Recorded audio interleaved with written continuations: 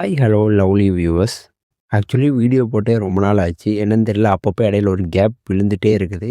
So இனிமே maximum அந்த gap இல்லாத மாரி வரக்கூடிய புது படங்களோ சரி, அண்டர் ரேட்டட் படங்களோ சரி, நீங்க பார்க்க வேண்டிய படங்களா சரி, அத எடுத்து கரெக்ட்டா நல்லபடியா ரிவ்யூ போட்டுறேன். வழக்கம் போல அது ஒரு சப்போர்ட்ட குடுத்துக்கிட்டே இருங்க. இன்னைக்கு எந்த படத்த பத்தி நம்ம பார்க்க போறோம் அப்படிங்கிறது நீங்க தம்ப்நெயின்லயே பார்த்துருப்பீங்க. பூக்கி அப்படிங்கிற மூவியோட ரிவ்யூ தான் எந்த ஒரு ஸ்பாய்லருமே இல்லாம நம்ம பார்க்க போறோம்.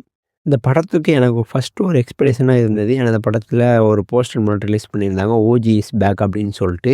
யார்ரா அந்த ஓஜி அப்படின்னு பார்க்கும்போது தான் விஜய் ஆண்டனி சார் திருப்பியுமே இந்த படத்தில மியூசிக் போடுறாரு அப்படிங்கிற மாதிரியான ஒரு பேனர் ரிலீஸ் பண்ணியிருந்தாங்க.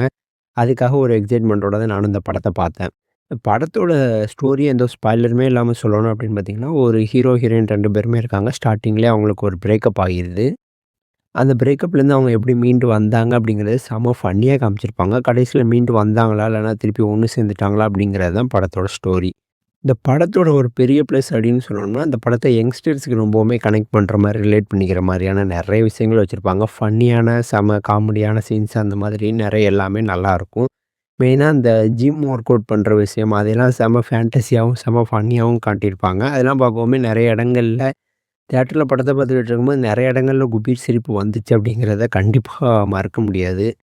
இந்த படத்த ஸ்டார்ட்டிங் உண்மையில பார்க்கும்போது ஒரு 1/4 மணி நேரம், ஒரு 15 நிமிஷம் என்னடா படம் இது? ஒரு யூடியூப் வீடியோ கன்டென்ட் எடுக்க வேண்டியத ஒரு படமா எடுத்து வச்சிருக்கீங்களே! அப்படிங்கிற ஃபீல் எனக்கு இருந்துகிட்டே இருந்துச்சு. பிகாஸ் அந்த ஹீரோவா இருக்கட்டும், ஹீரோயினா இருக்கட்டும் 2 பேர் கூடயுமே நமக்கு பெருசா ஜெல் ஆக முடியல. ஒரு கனெக்டிவிட்டி கிடைக்காமலே இருந்துச்சு.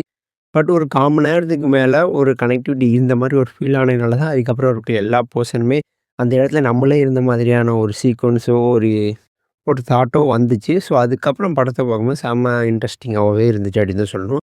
எஸ்பெஷலி ஃபர்ஸ்ட் ஹாஃப் உண்மையில நல்லா ஃபன்னா இருந்துச்சு. முழுக்க முழுக்க எல்லா ஆங்கிள் ஆஃப் விஷயத்தையுமே ஒரு ஃபன் ஆஃப் ஆங்கிளாவே காட்டியிருப்பாங்க. செகண்ட் ஹாஃப் கொஞ்சம் ஸ்லோவா போற மாதிரி ஃபீல் ஆனாலும், கதைக்கு தேவையான கொஞ்சம் ஃபீல் தான். பட் கடைசி அங்க சுத்தி, இங்க சுத்தி இது உண்மையில ஒரு சிக்கலான ஒரு கத தாங்க. தேவையே இல்லாத ரூட்லலாம் அவங்க போய், போய், போய் கடைசி பழைய ரூட்ல வந்து நிப்பாங்க. அந்த தேவையே இல்லாத ரூட்லாம் கொஞ்சம் என்டர்டெயின்மெண்ட்டா காட்டுனதுனால அது பெரிய மைனஸ் மாரி நமக்கு தெரியல. கடைசி படம் எங்க ஆரம்பிச்சுச்சோ, அதே இடத்துல தான் முடியிற மாதிரியான சீக்வென்ஸ் இருந்துச்சு. படத்துல ஒரு மியூசிக்க பத்தி நம்ம சொல்லணும்னா, பூந்து விளையாண்டுருக்காரு அப்படின்னு தான் சொல்லணும். நான் அதாவது இவ்வளோ நாளுக்கு அப்புறம் நான் மியூசிக் போடுறேன். கண்ட கண்ட இடத்துலலாம் பாட்டு விடுவேன். இந்த இடத்துலலாம் பாட்டு வைக்கணும், இந்த இடத்துல மியூசிக் வைக்கணும்லாம் கிடையாது.